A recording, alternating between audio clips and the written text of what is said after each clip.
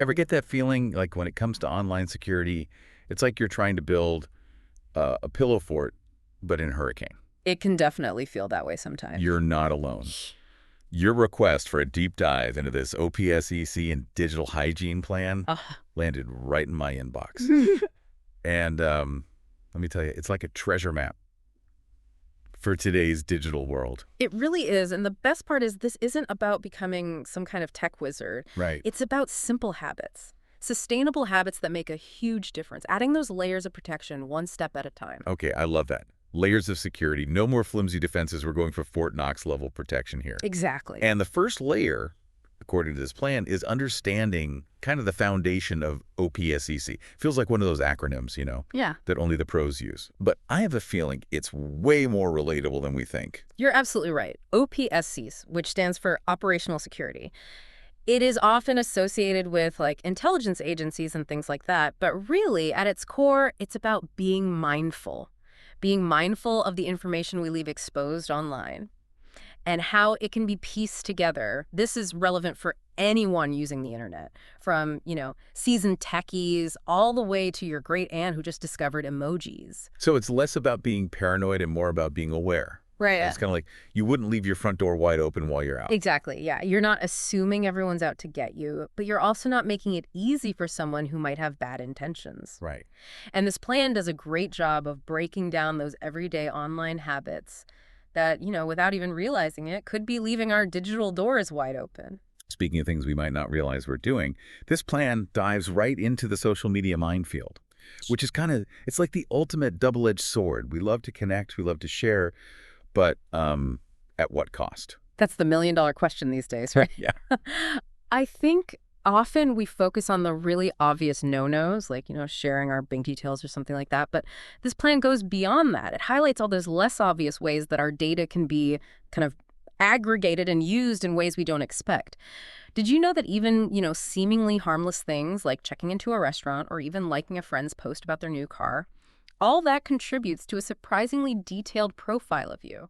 And if that information falls into the wrong hands, Okay, that's a bit creepy, I have to admit. It's like in those detective shows where they're like piecing together clues on a whiteboard and you realize, oh my gosh, all that information we give away so much without realizing it. exactly. And that's why this plan emphasizes being proactive with those privacy settings. Okay. It's not just about like locking down absolutely everything. It's about making informed choices that align with your comfort level. So it's like choosing the right lock for your door. Exactly. You don't need like a bank vault door for your garden shed. Right, exactly. But you're also you don't want to leave all your valuables completely exposed. Precisely.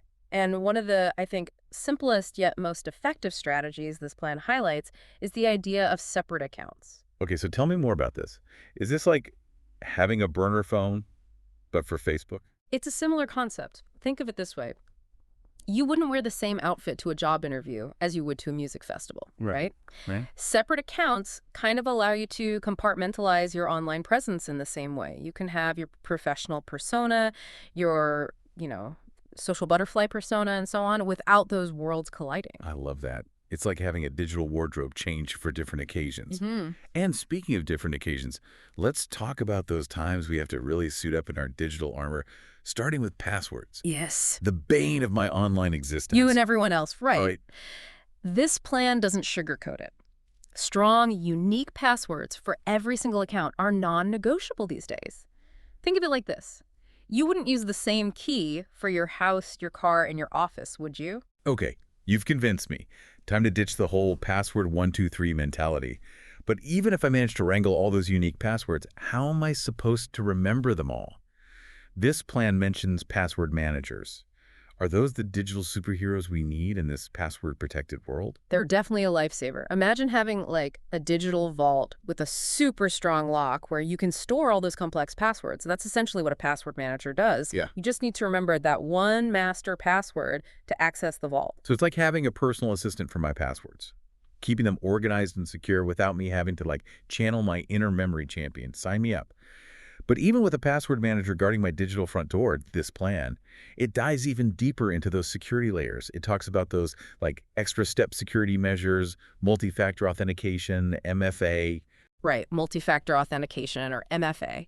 It's like having a security guard check your ID at the entrance to a building, even though you used your key card to get through the initial door. Right. So even if someone manages to snag your password, they still can't get into your accounts without that second piece of information, which is usually a code sent to your phone or email. Okay, that makes sense. It's like the digital equivalent of trust but verify. Yeah. So we've got our passwords locked down, we've got our social media presence strategically compartmentalized, but what about the devices themselves? We're practically glued to them these days. Mm. This plan dives into device security as another critical layer of protection. Absolutely. And one of the most, I think, overlooked yet crucial aspects of device security is keeping everything updated. Think of it like this. Remember that massive Equifax data breach a few years back? That was caused by a vulnerability in a single outdated software component. Staying updated is like the digital equivalent of getting those essential security patches for our online lives. Ouch, talk about a wake-up call. I'll admit I'm guilty of hitting the remind me later button on those update notifications more often than I should. We all do it. But you're right, it's not worth the risk. This plan also talks about disk encryption. It sounds incredibly techy, but is it something everyday users need to worry about? It's something everyone should have enabled, honestly, even if you think you don't handle top secret information or anything like that. Think of it like this. If you were traveling with a suitcase full of valuables, you wouldn't just leave it unlocked in your hotel room. Right. Disk encryption is like having a super strong lock on that suitcase, ensuring that even if it falls into the wrong hands, all your valuable data remains protected. Okay. You've sold me on disk encryption. It's like having a digital bodyguard for my data, even when I'm not physically guarding my devices. Now, this deep dive wouldn't be complete without talking about kind of the wild, wild west of cryptocurrency. Right. I'll admit, it's a world I'm still trying to wrap my head around. Yeah. And the security aspect seems like a whole other beast. It is. It's a steep learning curve. But this plan does a fantastic job of breaking down the essentials. For example, let's talk about cryptocurrency wallets, kind of the digital equivalent of your bank account for your crypto assets.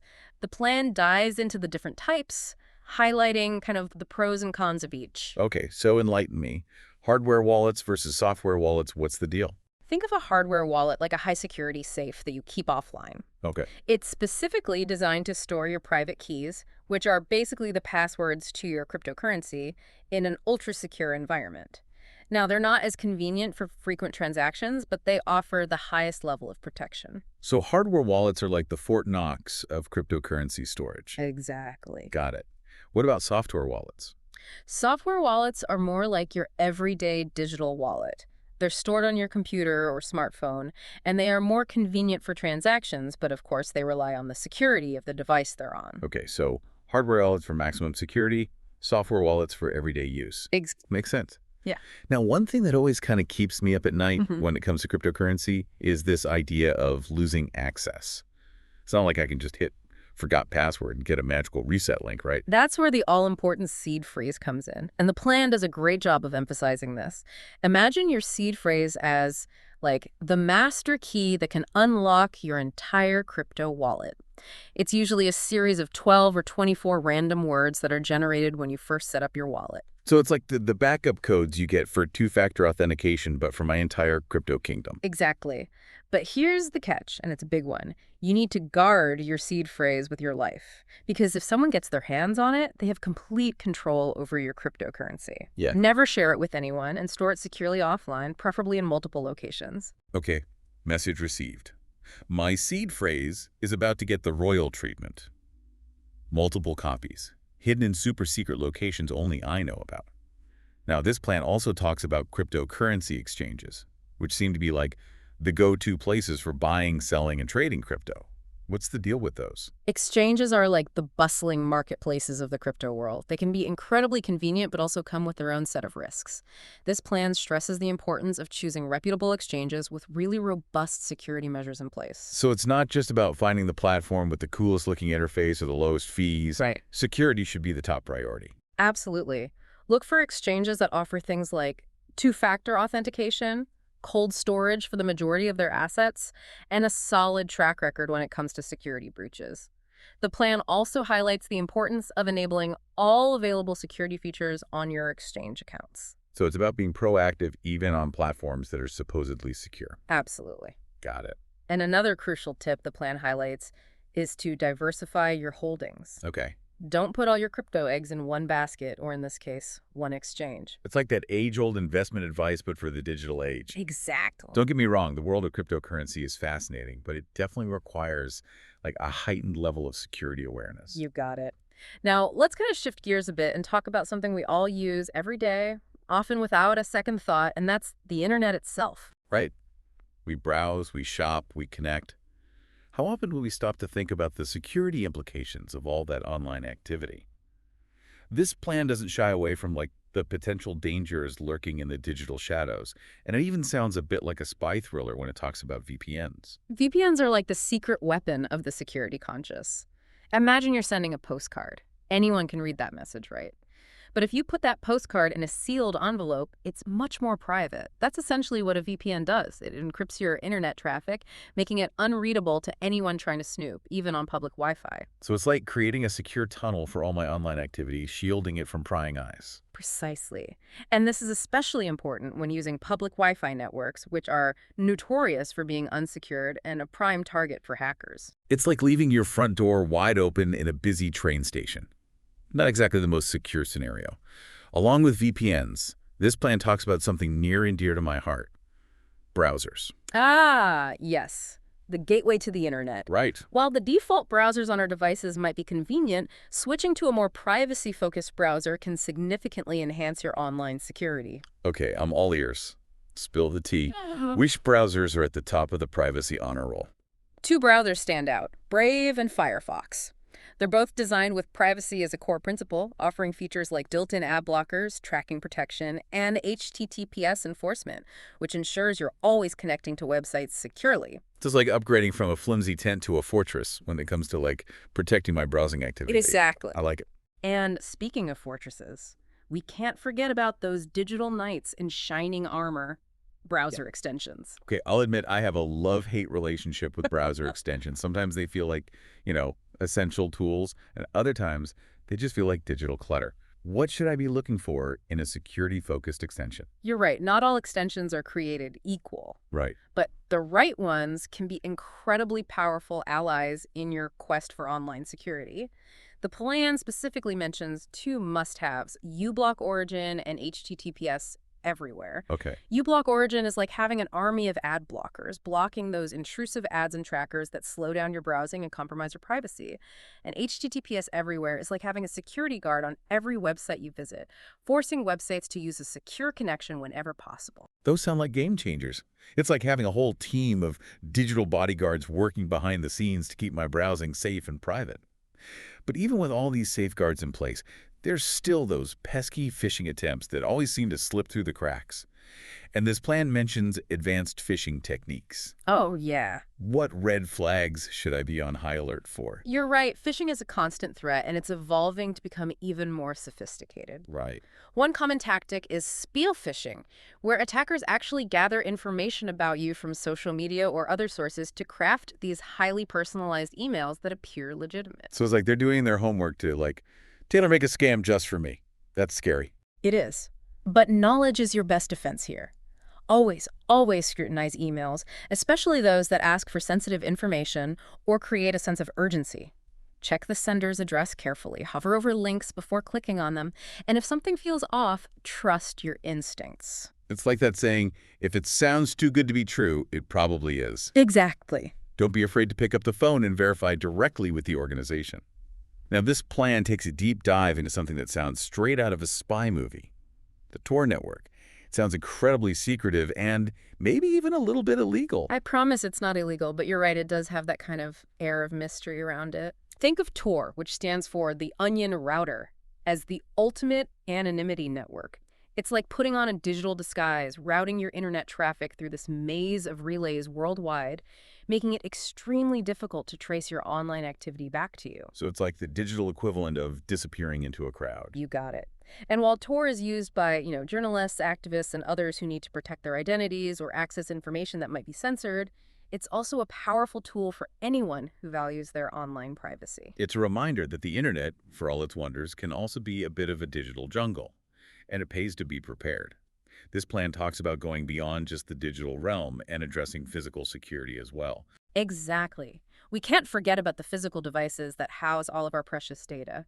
It's like building a fortress. You need strong walls, vigilant guards, but you also need to secure the perimeter. So we're talking about good old-fashioned physical security measures. Absolutely. The plan suggests everything from using cable locks for laptops, storing sensitive documents in a locked safe, to even being mindful of shoulder surfing, which is when someone peeks at your screen in a public place to try and steal your information. It's easy to get caught up in the digital aspects of security and kind of forget that the physical world still matters. But speaking of things we often forget about until it's too late, this plan also dives into the often dreaded topic of data backup and disaster recovery. It feels like one of those things I know I should be doing, but I always seem to find an excuse to put it off. Yeah, you and me both. But this plan stresses that it's not as daunting as it seems. It highlights the 3-2-1 rule of backups. Okay. 3 copies of your data on 2 different types of media with 1 copy stored off-site. Okay, break that down for me. It's pretty straightforward. Your primary copy is on your computer or device. The second copy is on an external hard drive or a network-attached storage device, or NAS. And the third copy is off-site, like in cloud storage. This ensures that even if disaster strikes, like a fire or a flood, and it destroys your primary device and your local backups, you still have a copy of your data safe and sound in the cloud. It's like having a digital insurance policy.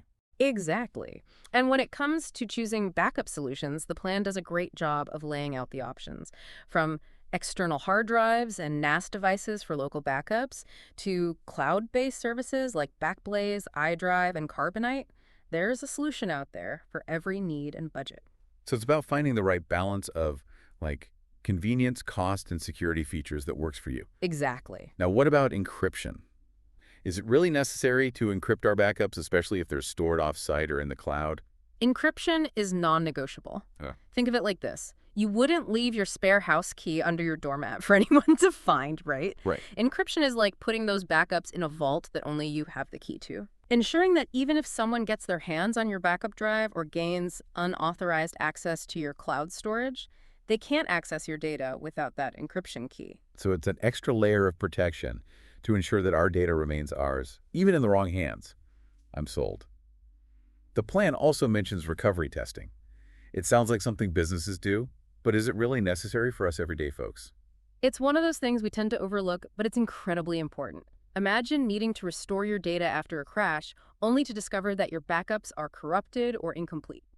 That's where recovery testing comes in. So it's like doing a fire drill for our digital lives. Precisely. The plan suggests regularly testing your backups by, restoring a few files or even your entire system to a different location, just to ensure that everything is working correctly and that you know how to restore your data if you need to.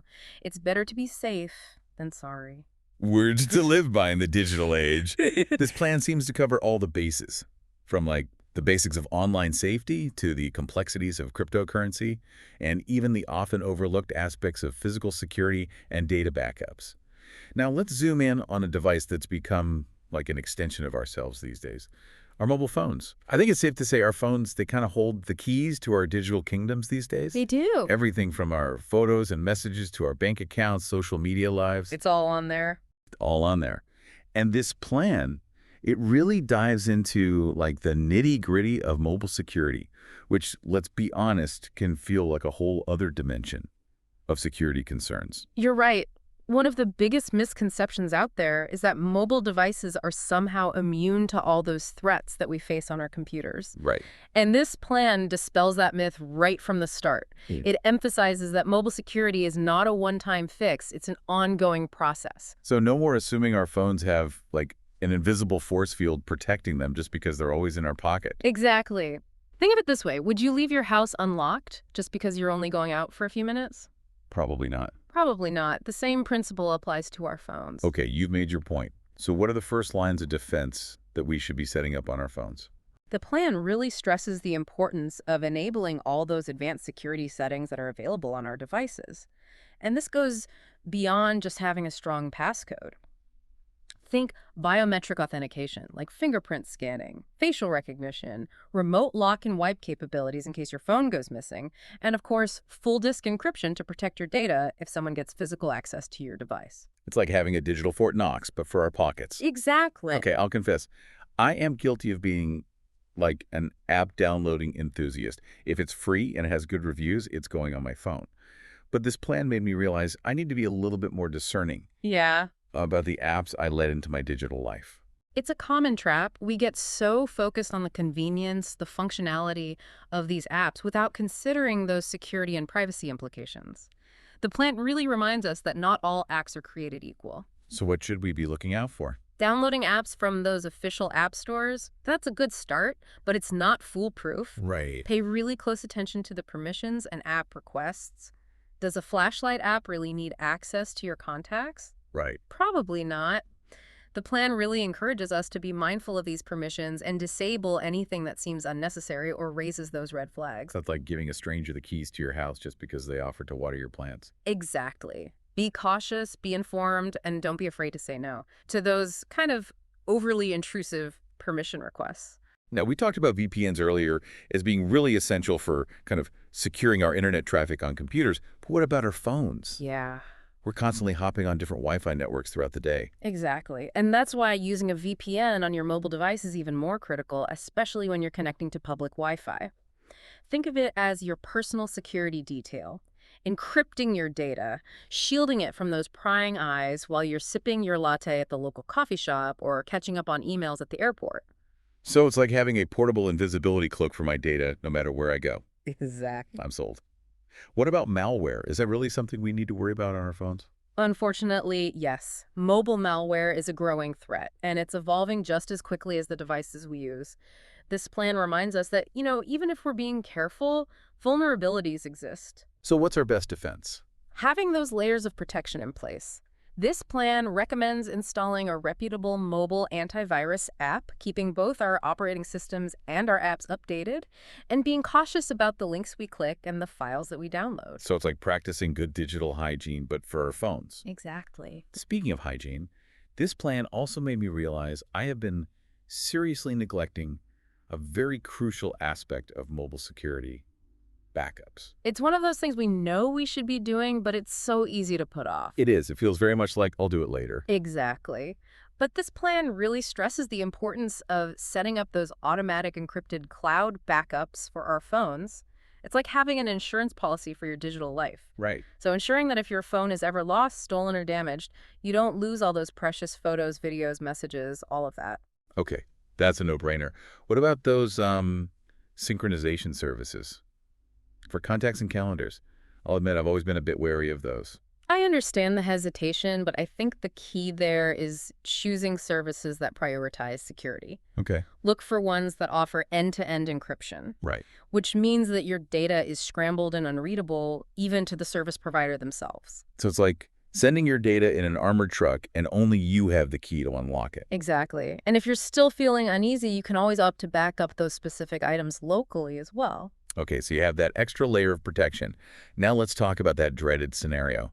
What happens if our phone actually falls into the wrong hands? Yeah. Like, it happens. It does happen. This plan doesn't sugarcoat it. It acknowledges that it's not a matter of if, but when our devices might be lost, stolen, or compromised. And in those moments, being prepared is absolutely key. So what's our game plan? First and foremost, configuring and testing those remote lock and wipe features that we talked about earlier. It's like having that digital kill switch, Right. allowing you to remotely lock your device, erase sensitive data, even track its location, all from another device. Wow, that is incredibly reassuring. It is. It's like having a digital security team on call, like 24/7. This plan is full of such practical advice, but one thing that really resonated with me was the emphasis on kind of continuous learning and community engagement. Yeah, I love that you picked up on that. This plan really recognizes that security is not a destination. It's an ongoing journey.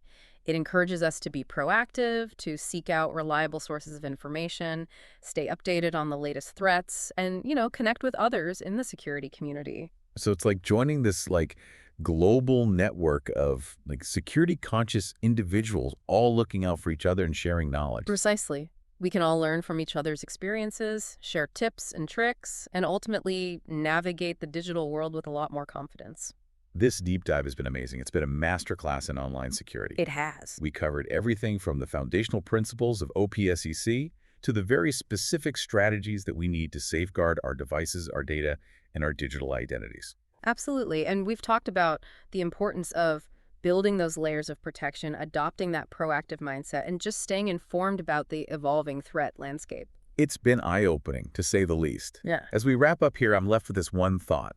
In a world that's increasingly reliant on technology, our online security is no longer just a tech issue. It's a life issue. Couldn't agree more. It's about protecting our privacy, our finances, our relationships, and ultimately our peace of mind in the digital age. And this deep dive has given us the tools, the knowledge, but the real work begins now.